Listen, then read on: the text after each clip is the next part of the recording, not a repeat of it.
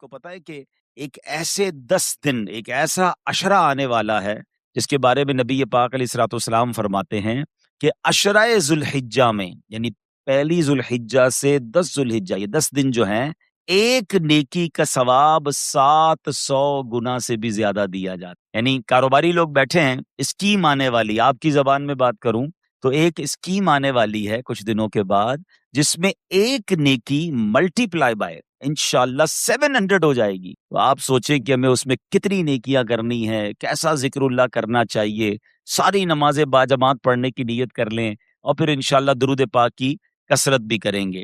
اچھا، اب عید الاضحیٰ، چونکہ میں آج کچھ قربانی کے موضوع پر آپ سے بات کروں گا، ہم میں سے کئی وہ ہیں جنہوں نے اپنے جانور خرید لیے ہوں گے، کئی خریدنے والے ہوں گے، ہو سکتا ہے آپ میں سے کچھ بیچنے والے بھی ہوں۔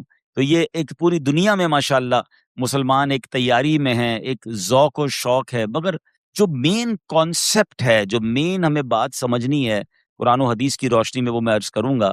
حدیث پاک کی مشہور کتاب ترمذی اور ابن ماجہ میں مسلمانوں کی پیاری امی جان حضرت بی بی عائشہ صدیقہ طیبہ طاہرہ رضی اللہ تعالی عنہا سے روایت ہے کہ اللہ پاک کے آخری نبی صلی اللہ علیہ وسلم نے فرمایا، یوم النحر، قربانی کے دن آدمی کے اعمال میں اللہ پاک کے ہاں سب سے پسندیدہ عمل قربانی کے جانور کا خون بہانا۔ بے شک قربانی روز قیامت اپنے سینگوں، بالوں اور کھروں کے ساتھ لائی جائے گی، اور بے شک قربانی کے جانور کا خون زمین پر گرنے سے پہلے اللہ پاک کے ہاں بلند مقام پر پہنچ جائے۔ نشانی ہے وفا کی اور ایک نعمت ہے قربانی، نشانی ہے وفا کی اور ایک نعمت ہے قربانی، خدا کے دوست ابراہیم کی سنت ہے قربانی۔ مسلمانوں کبھی قربانی سے پیچھے نہیں ہٹنا، وقار دین ہے، اسلام کی شوکت ہے قربانی۔ تو اے میرے پیارے اسلامی بھائیوں، سیکھنے کو کیا ملا کہ اللہ کے نزدیک بقرہ عید والے دن سب سے افضل نیکی کون سی ہے؟ وہ جانور کا خون بہانا ہے۔ یہ ان لوگوں کے لیے بھی جواب ہے جو قربانی کے مقابلے میں آلٹرنیٹ پیش کرتے ہیں۔ ہر سال قربانی کے دنوں میں وسوسہ پیدا کرنے والے لوگ آتے ہیں، کہتے جناب اتنے جانور ذبح ہوتے ہیں، کروڑوں اربوں روپے خرچ ہو جاتے ہیں، کسی غریب کی مدد کر دینی چاہیے، کسی کے ساتھ تعاون کر دینا چاہیے، اتنے جانور قربان کیوں کرتے ہیں؟ مجھے ایک بات بتائیں، میں کسی غریب کی مدد کروں، میں کسی جناب اور نیکی کے کام میں خرچ کروں، مجھے اجر کس سے لینا ہے؟ جواب دیجئے گا، اللہ سے لینا ہے۔ اور اللہ کا حکم کیا ہے کہ اللہ کے نزدیک یوم النحر سب سے افضل کام یہ ہے کہ اس دن جانور کا خون بہایا جائے۔ تو ہمیں ایک بات سمجھنی ہے، ہم شریعت کے پابند ہیں۔ جس رب نے ہمیں مسلمانوں کی خیر خواہی کا، جس شریعت نے ہمیں مسلمانوں کی خیر خواہی کا درس دیا، وہی شریعت ہمیں بتا رہی ہے کہ یوم النحر، قربانی کے دن سب سے افضل عمل کیا ہے؟ وہ قربانی کرنا ہے۔ تو اس میں کوئی پسو پیش نہیں کرنی چاہیے۔ چونکہ کاروباری لوگ بیٹھے ہیں، حساب کتاب آپ کے دماغ میں بڑا فاسٹ ہوتا ہے، چند اشارے دے دیتا ہوں تاکہ لاجیکلی بھی یہ بات سمجھ آ جائے۔ اول تو ایک بات ذہن میں بٹھا لیں، شریعت کا کوئی حکم مجھے فوراً سمجھ آ جائے اور میری طبیعت اس کو سن کر خوش بھی ہو جائے، عمل کے لیے تیار ہو جائے، تو پھر اللہ کا شکر ادا کرنا چاہیے کہ مولا تیری مہربانی، مجھے اتنا آسانی سے یہ عمل سمجھ میں آ گیا۔ اور کبھی کبھی ایسا ہو کہ میری عقل میں کوئی شریعت کا حکم نہ آئے، کوئی شریعت اور قرآن و حدیث کی بات مجھے تھوڑی سی مشکل سے سمجھ آئے، تو پھر سمجھ لو میری عقل کا قصور ہے، اس حکم میں کسی قسم کی کوئی کمزوری نہیں ہے۔ لیکن چلیں جناب، میں لاجیکلی بھی بتا دیتا ہوں کہ جتنا بڑا پیسوں کا ٹرن اوور، جتنا بڑا معاشی سپورٹ صرف قربانی کی وجہ سے مسلمانوں کے اندر ہوتا ہے، وہ شاید بہت بڑے بڑے بزنس میں نہیں ہوتا ہوگا۔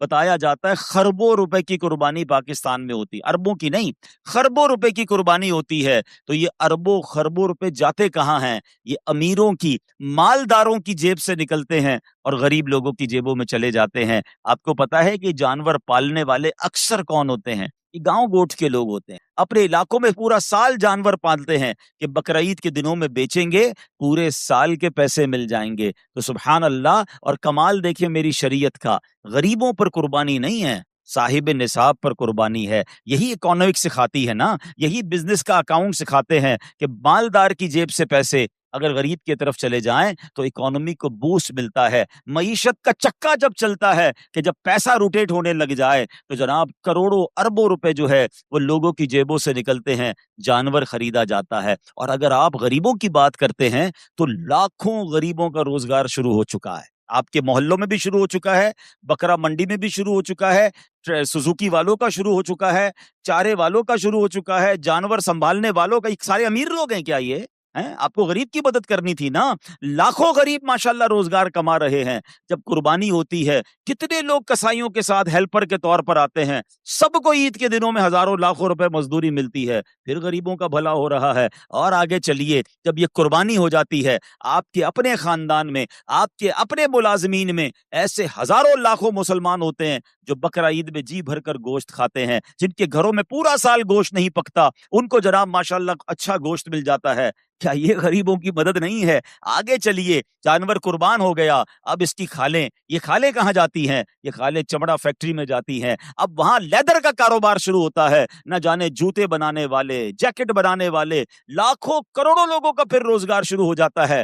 نہ جانے لوگوں کو کیوں سمجھ نہیں آتا کہ سبحان اللہ, شریعت کے ایک حکم پر عمل کرنے کے لیے ہماری معیشت کو بھی بوسٹ ملتا ہے, ہمارے کاروبار کو بھی عروج ملتا ہے, اور سبحان اللہ کروڑوں غریبوں کی مدد بھی ہو جاتی ہے. لیکن ہم نے یہاں پر اگر یہ بات کوئی سمجھانے والا نہ ہوتا یا ہمیں لاجک پتہ بھی نہ ہوتی, پھر بھی ہمارا کام لبیک کہنا ہے کہ اگر رب کا حکم ہے, شریعت کا حکم ہے, تو جناب اب قربانی ہی کرنی ہے, اس کا کوئی اور آلٹرنیٹ نہیں ہو سکتا. اور آپ نے آج حدیث بھی سن لی کہ اللہ کے نزدیک یوم النحر یعنی قربانی والے دن سب سے افضل اگر کوئی عمل ہے تو وہ جانور کا خون بہانا ہے. اور سبحان اللہ, یہ جانور تو قیامت کے دن اپنے بالوں کے ساتھ, اپنے خروں کے ساتھ, اپنے سینگوں کے ساتھ یہ پورا جانور قیامت کے دن لایا جائے گا. تو اب یہاں یہ بھی غور کر لینا چاہیے کہ اللہ نے جیسا مال دیا ہے نا, پھر ویسا جانور قربان کریں تاکہ اس کی بارگاہ میں وہ اس طریقے کا جانور ہمارے سامنے آئے. اب قرآن مجید کیا فرماتا ہے, یہ بڑی کمال کی آیت ہے, اور یہ ویسے تو تمام چیزوں کے لیے ہے مگر قربانی کے لیے خاص. اللہ فرماتا ہے لن ینال اللہ لحومها ولا دماؤها ولکن ینالہ التقوی منکم. سبحان اللہ, آسان ترجمہ قرآن کنز العرفان, اللہ کے ہاں ہرگز نہ ان کے گوشت پہنچتے ہیں اور نہ ان کے خون, البتہ تمہاری طرف سے پرہیزگاری اس کی بارگاہ تک پہنچتی ہے. سبحان اللہ, تو پتہ یہ چلا اللہ کی بارگاہ میں قربانی کا گوشت اور خون نہیں پہنچتا. پہلے کیا ہوتا تھا, پہلے کے زمانے میں تفسیر صراط الجنان میں ہے کہ جب زمانہ جاہلیت کا دور تھا تو غیر مسلم اپنی قربانی کے خون سے کعبہ کی دیواریں رنگتے تھے, معاذ اللہ کعبہ شریف کی دیواروں کو خون سے آلودہ کرتے تھے, سمجھتے تھے کہ یہ کرنے سے اللہ پاک کا قرب ملے گا. جب اسلام کا نور جگمگایا, صحابہ کرام نے حج کیا, قربانیاں پیش کی, تو ان کی تعلیم کے لیے آیت نازل ہوئی کہ اللہ پاک کی بارگاہ میں قربانی کا گوشت نہیں پہنچتا, اس کی بارگاہ میں خون نہیں پہنچتا, ہاں تمہاری طرف سے تقویٰ پہنچتا, پرہیزگاری پہنچتی ہے, قربانی کے لیے اچھی نیت اور اخلاص اور تقویٰ پہنچتا ہے. تو ہمیں یہ سمجھنا ہے کہ اصل ایسنس کیا ہے, یہ قربانی کا اصل مقصد ہمارے دلوں میں کیا ہونا چاہیے. سبحان اللہ, شیخ ابو طالب مکی رحمت اللہ تعالی علیہ نے اس کی بڑی خوبصورت تفصیل بیان کی ہے. خلاصتاً عرض کرتا ہوں, آپ فرماتے اے میرے بندو, اللہ فرماتا اے میرے بندو, تم گھر سے نکلے جانور لینے کے لیے, لوگ تمہیں دیکھ رہے تھے, تم نے جا کر جانور خریدا, لوگ تمہیں دیکھ رہے تھے, تم جانور گھر لائے, لوگ تمہیں دیکھ رہے تھے, تم نے جانور کی دیکھ بھال کی, لوگ تمہیں دیکھ رہے تھے, تم نے جانور کو میرے نام پر ذبح کیا, لوگ تمہیں دیکھ رہے تھے, تم نے کھانا پکایا, لوگوں میں تقسیم کیا,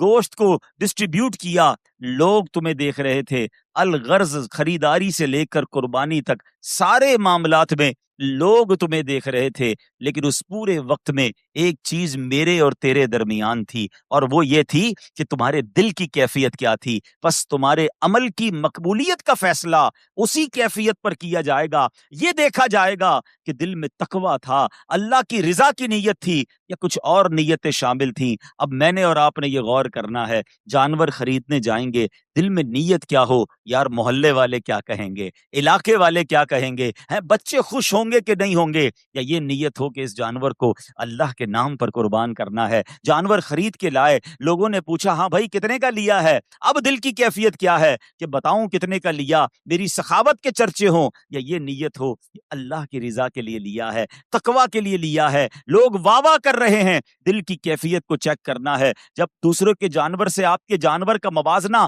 کمپیرزن کر رہے ہیں، اب آپ نے چیک کرنا ہے کہ دل میں نیت کیا ہے۔ کاش ذبح کر لیا، اب گوشت بانٹنے کا وقت ہے، اس وقت دل کی کیفیت کیا ہے کہ سارا گوشت میں ہی رکھ لوں کہ نہیں اللہ کے بندے بھی کھائیں، غریب لوگ بھی کھائیں، دل کی کیفیت کیا ہے؟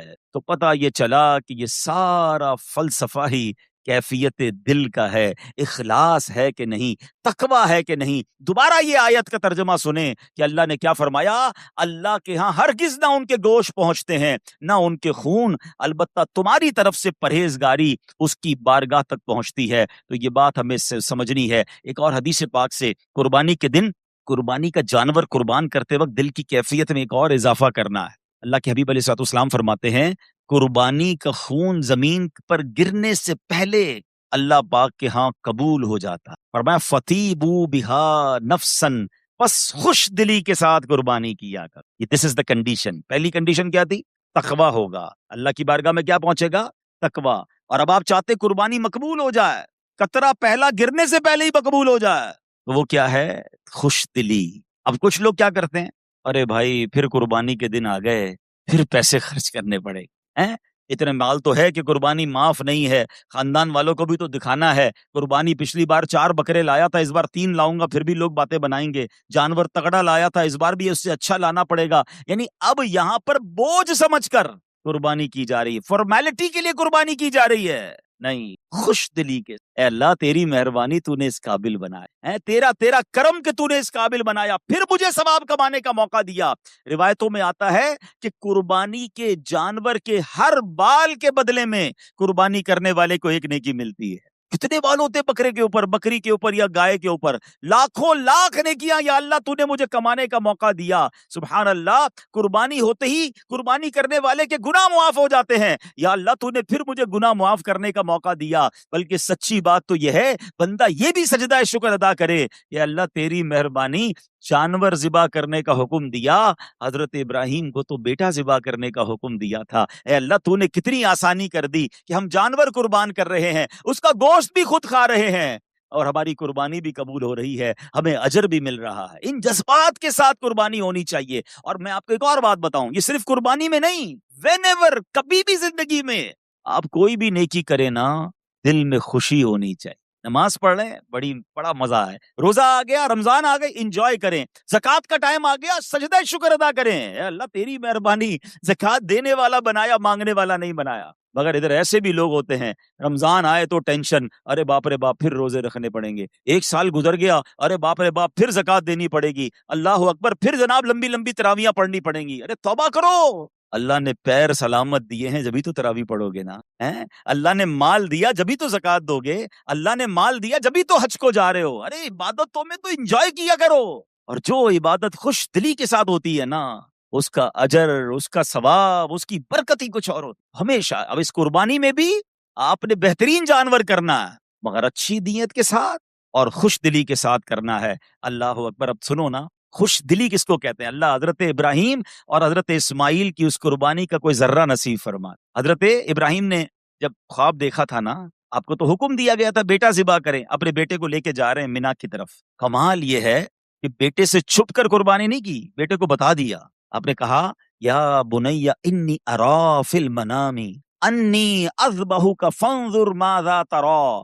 کہتے ہیں اے میرے بیٹے، میں نے خواب میں دیکھا کہ میں تجھے ذبح کر رہا ہوں، اب تو دیکھ تیری کیا رائے ہے۔ اللہ اکبر، 7-8 سال کے بچے سے پوچھا جا رہا ہے کہ مجھے حکم ملا ہے کہ تجھے ذبح کرنا ہے، اب تیری کیا رائے ہے؟ مگر وہ کیسی عظیم ہستی ہیں، ذبیح اللہ ہیں۔ حضرت ابراہیم نے جب یہ کہا تو بیٹے کے جسم پر جو ہے نا چہرے پہ چمک آ گئی، چہرہ کھل اٹھا، جسم پر کپ کپی طاری ہو گئی۔ حضرت ابراہیم پوچھتے ہیں، اے بیٹے یہ معاملہ کیا ہے، تیرا چہرہ کھل کھلا رہا ہے، تیرے جسم پر کپ کپی آ رہی ہے۔ شہزادے کیا کہتے ہیں ابو جان میں قربان ہو جاؤں کہ میں اپنے رب کے حضور حاضر ہو جاؤں گا، اس فانی دنیا سے نکل کر میں جنت میں پہنچ جاؤں گا۔ اللہ پاک نے اگر میرے لیے حکم دیا ہے تو اس کا مطلب وہ رب کریم مجھ سے راضی ہے۔ بے شک رب نے جو اپنے پاس نعمتیں تیار کر رکھی ہیں وہ اس دنیا اور جو کچھ اس میں ہے اس سے تو بڑا بہتر ہے۔ سبحان اللہ، میں کتنا خوش نصیب ہوں کہ مجھے اس قربانی کے لیے قبول فرما لیا۔ ادھر پیسے سے قربانی میں جان جا رہی ہے، ادھر جس کی جان جانی ہے وہ خوشی سے جھوم رہا ہے۔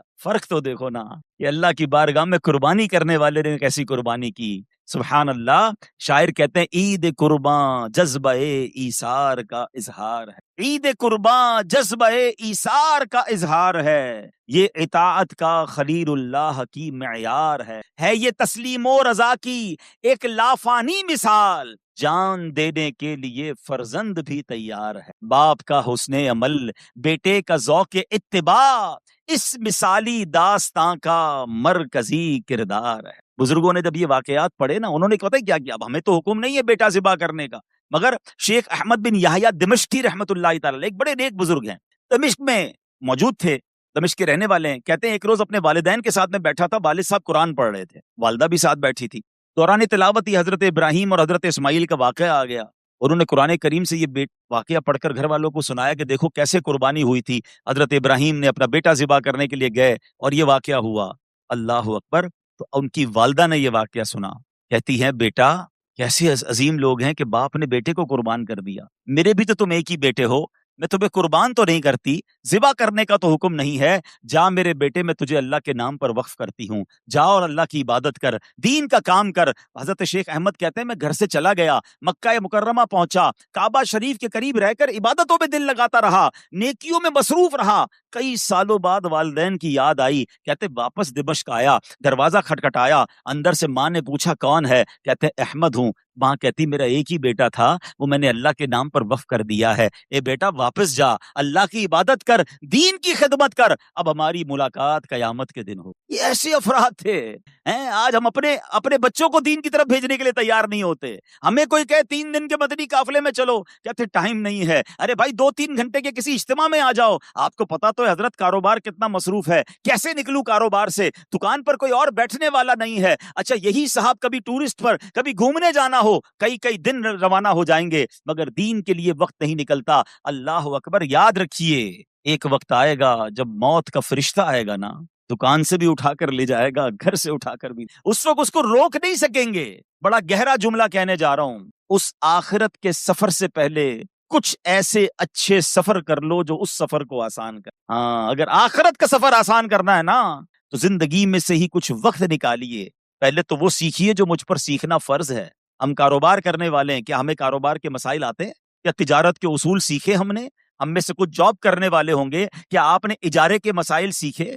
جس کو جاب پر کسی کو رکھنا ہے، اجیر رکھنا ہے، اس کو بھی شرعی حکم سیکھنا ضروری ہے۔ بہت ساری بیسکس ہیں جو ہمیں نہیں آتی، ہمیں اپنی کاروبار کے سارے طریقے معلوم ہوتے ہیں، مارکیٹ کی ساری ہمیں جناب لین دین کا طریقہ آتا ہے، مگر میری شریعت نے جو مجھ پر سیکھنا لازم کیا، بڑے بڑے لوگوں کو نماز پڑھنا، وضو کرنا، غسل، نماز جنازہ، کپڑے پاک کرنے کا طریقہ، بیسکس وہ نہیں آتے، کب سیکھیں گے؟ اور ایک وہ لوگ ہیں جو بیٹے کو کہتے ہیں بیٹا اب قیامت کے دن ملاقات ہو، تو کیا بن گئے وہ؟ شیخ احمد نصفی رحمۃ اللہ تعالیٰ کے اتنے بڑے ولی بن گئے، اتنے بڑے بزرگ بن گئے۔ کم از کم میں مشورہ بھی دیتا ہوں، چلے بات چلی ہے، ہم میں سے بہت سارے صاحب اولاد ہوں گے، اللہ نے پیسوں سے بھی نوازا ہوگا، کہ ایسا نہیں ہو سکتا اگر اللہ نے 3-4 بیٹے دیے ہیں تو ایک بیٹا دین کے لیے وقف کر دینا، 2-3 بیٹے کاروبار میں ساتھ دیں، ایک جنت کا کاروبار آپ کے لیے کرے، ایک جنت کا سامان کر دے۔ خوش نصیب ہے وہ والدین جو اپنے بچوں کو دین کے لیے وقف کرتے ہیں، وہ بیٹا پھر عالم بنے، وہ حافظ بنے۔ اور میرا ماننا یہ ہے کہ اگر کسی بزنس فیملی سے کوئی بچہ کھڑا ہوتا ہے اور جب وہ دین کا کام کرتا ہے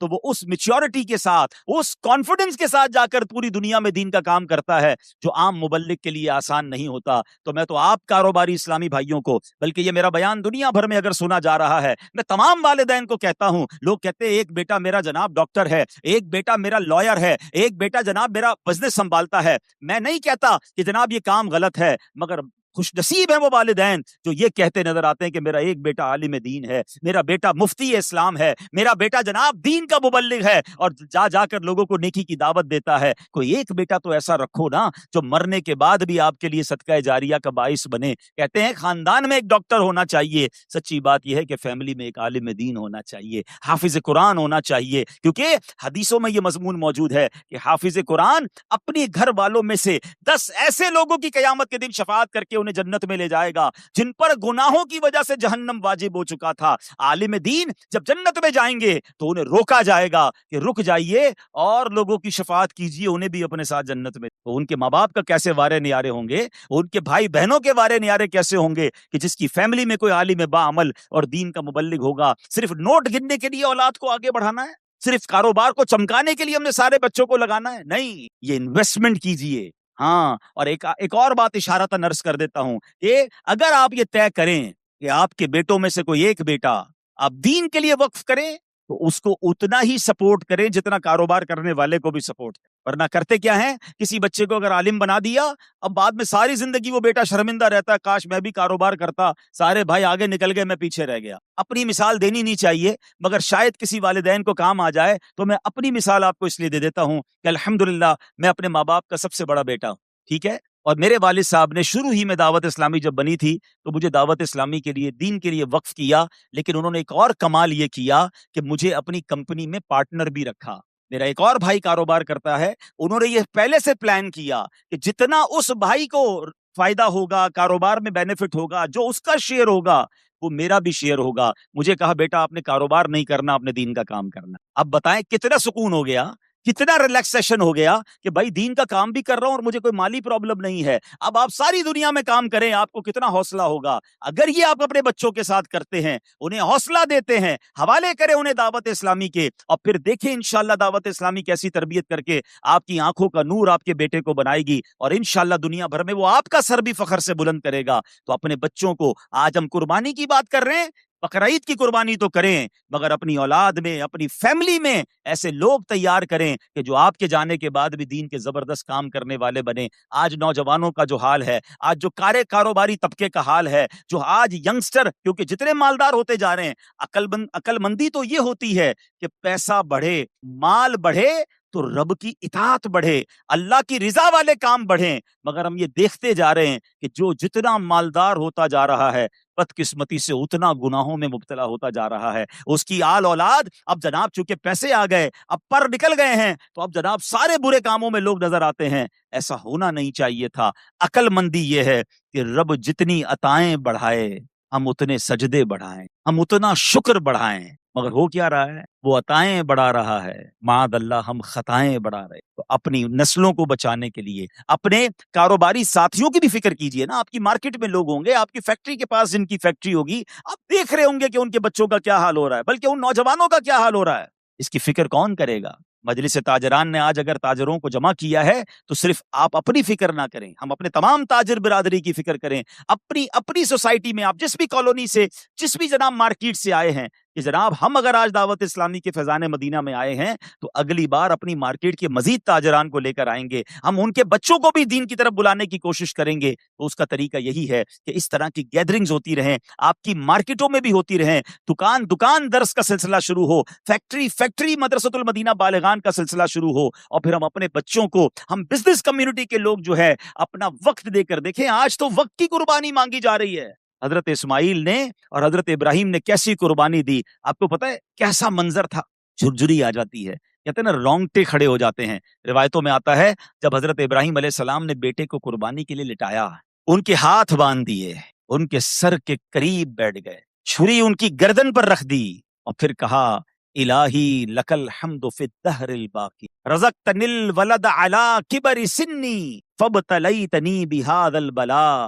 اے اللہ پاک، ہمیشہ ہمیشہ تیری حمد ہے، تو نے مجھے بڑھاپے میں بیٹا عطا فرمایا۔ یہ امتحان پتہ ہے کیسا تھا؟ 99 سال کی عمر میں حضرت اسماعیل ملے تھے حضرت ابراہیم، اتنی دعاؤں کے بعد، اور اسی کو ذبح کرنا ہے۔ پھر کہتے ہیں یا اللہ اسی کے ذریعے آزمائش آئی ہے، مگر اگلا جملہ سنو، کہتے فَإِن كَانَ هَذَا رِضًا لَكَ فَأُسَلِّمُ لِأَمْرِكَ۔ اے اللہ اگر تیری رضا اسی میں ہے تو میں تیری رضا کی خاطر تیرے حکم کے سامنے سر جھکا. اگر تو اسی پر راضی ہے تو اے اللہ میں بھی راضی ہوں. کتابوں میں لکھا جب حضرت ابراہیم نے یہ کہا نا تو فرشتے بھی رونے لگے. روتے روتے اللہ کی بارگاہ میں عرض کرتے ہیں مولا تیرے نبی ہیں, ایک لیٹا ہوا ہے, ایک ذبح کرنے ہے, اے اللہ تیری رضا کی خاطر ذبح کرنے کو تیار ہیں. پھر اللہ کریم نے سبحان اللہ حضرت اسماعیل کے فدیے میں جنتی مینڈا بھیجا. کاش کاش یہ جذبہ کا کچھ ذرہ نصیب ہو جائے. اے اللہ میں تیری رضا میں راضی. جملہ کتنا پیارا ہے. ہم پتہ کیا کرتے ہیں, اللہ سے بھی کاروبار کر رہے ہوتے ہیں, شرطیں لگا رہے ہوتے ہیں, اللہ یہ بھی دے دے, یہ بھی دے دے, یہ بلا دور کر دے, بس ہمارے پسند کا حال ہم کو دے دے. جو عارفین ہوتے ہیں نا, جو اللہ کے مقرب ہوتے ہیں, اللہ سے یہ نہیں کہتے اللہ وہ حال دے دے جس میں میں خوش ہوں.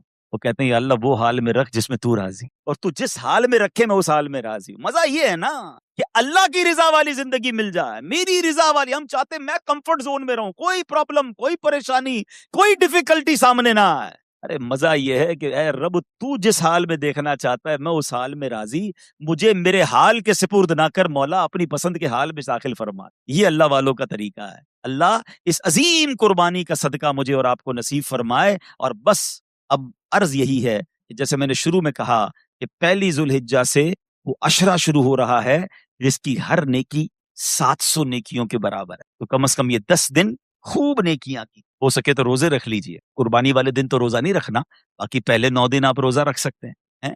راتوں کو یہ سبحان اللہ بڑی مبارک راتیں, ان راتوں میں یہاں مدنی مذاکرے ہوں گے.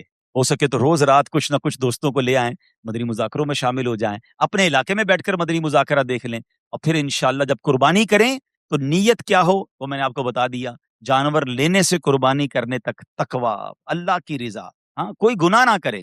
کسائی سے بھی سارے معاملات پہلے طے کر لے, بعد میں اس سے لڑائی ہو رہی ہوتی, پتہ چلا میرا ثواب ہی کم نہ ہو جائے. گوشت بانٹنے میں کوئی گڑبڑ نہ ہو, ہر چیز میں تقویٰ اور پرہیزگاری ہو, کسی کی دل آزاری نہ ہو. جانور ایسی جگہ نہ باندھے جس کی وجہ سے لوگوں کا راستہ روک رہا ہے, کسی کی روڈ پہ کھڈا کر رہے ہیں. نہیں, آرام سے محبت سے رضا خوشی کے ساتھ میری قربانی ہو, کیونکہ یہ قربانی میرے لیے جنت کا سامان بنتے جا رہی ہے. اور جب ذبح کریں نا تو اللہ کی بارگاہ میں یہ بھی دعا کریں کہ اللہ آج جانور ذبح کر رہا ہوں, کبھی وقت پڑا مولا اپنا مال بھی قربان کر, اپنے وقت کی قربانی بھی دوں گا, بلکہ مولا ایسا جذبہ دے کہ تیرے دین پر موقع ملے تو اپنی جان بھی قربان. یہ نیتیں ہوں. اپنے نفس کو قربان کریں, اپنی بری عادتوں کو قربان کرنے کی نیت کریں. اے اللہ یہ جانور کو ذبح کرتے کرتے میں اپنی بری عادتوں کو بھی اب ختم کر رہا ہوں. اے اللہ استقامت تو عطا فرما, وہ بڑا کریم ہے, وہ نگاہ فرمائے تو ہم بھی نیک ہو سکتے ہیں. تو ان نیتوں کے ساتھ قربانی کریں اور اس دعوت اسلامی کے ماحول سے وابستہ رہیں.